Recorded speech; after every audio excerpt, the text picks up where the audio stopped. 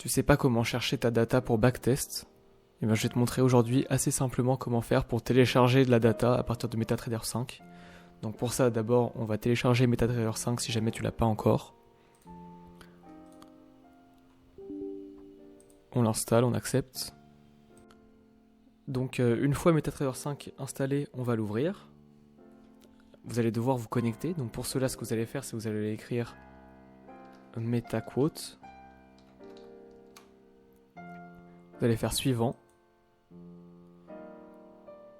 Vous allez ouvrir un compte démo pour trader de l'argent virtuel. Une fois que vous aurez fini de remplir toutes vos données et que vous aurez ouvert votre compte, vous allez arriver sur cette page-là.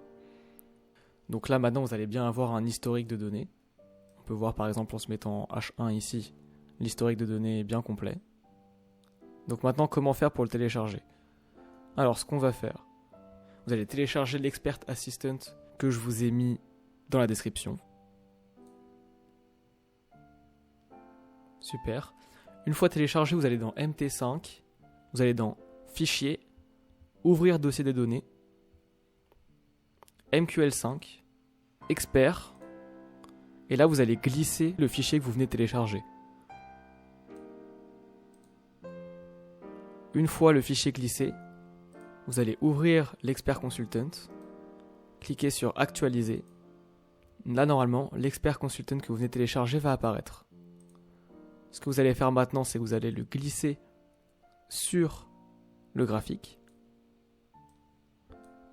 Vous allez autoriser le trading algorithmique et vous allez faire OK.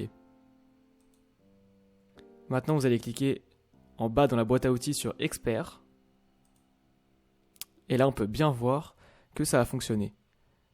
10 133 bars ont été exportés.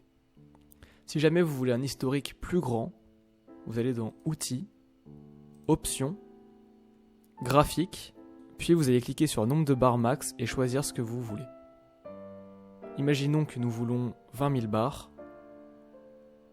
Donc je vais rentrer 20 000. Je vais faire OK. Je vais redémarrer MetaTrader 5. Donc là, si je me mets maintenant en M5, j'ai bien 20 000 bars qui ont été exportés. Pourquoi avant on n'avait que 10 000 bars en H1 ? Parce que tout simplement, quand nous sommes en H1 et que nous dézoomons au maximum, je pense que l'historique de data ne nous donne accès que à 10 133 bars sur ce compte-là. Maintenant, comment récupérer les données ? On nous dit qu'elles sont dans Common Files. Comment aller dans Common Files ? Alors, vous allez cliquer sur Fichier, Ouvrir dossier des données. Vous allez appuyer ici sur Terminal pour revenir en arrière. Vous allez cliquer sur Common, puis Files.